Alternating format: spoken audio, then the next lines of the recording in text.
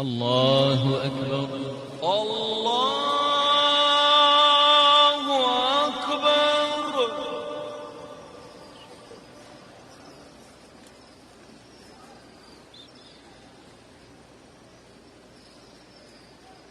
الحمد لله رب العالمين الرحمن الرحيم مالك يوم الدين إياك نعبد وإياك نستعين اهدنا الصراط المستقيم صراط الذين أنعمت عليهم غير المغضوب عليهم ولا الضالين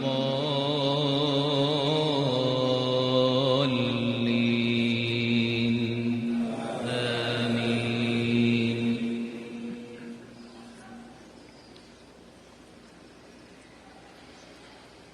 إن هذا القرآن يهدي للتي هي أقوم ويبشر المؤمنين الذين يعملون الصالحات أن لهم أجرا كبيرا وأن الذين لا يؤمنون بالآخرة أعتدنا لهم عذابا أليما.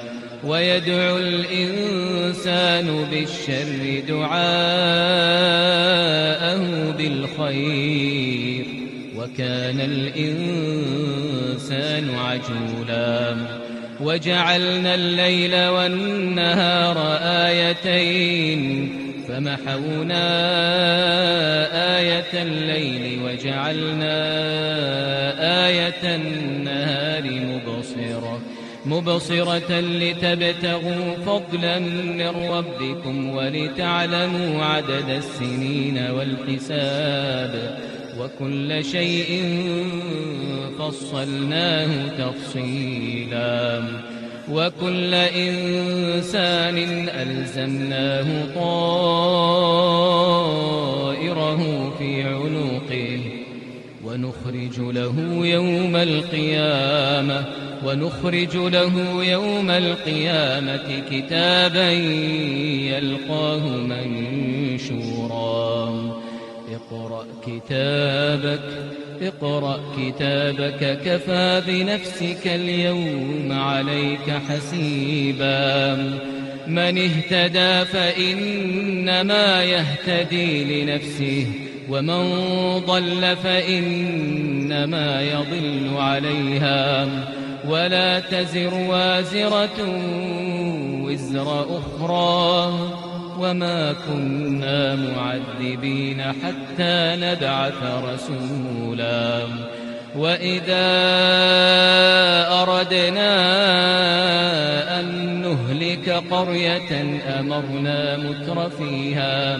أمرنا متر فيها ففسقوا فيها فحق عليها القول فدمرناها تدميرا. وكم أهلكنا من القرون من بعد نوح وكفى بربك بذنوب عباده خبيرا بصيرا. من كان يريد العاجلة عجلنا له فيها ما نشاء لمن نريد ثم جعلنا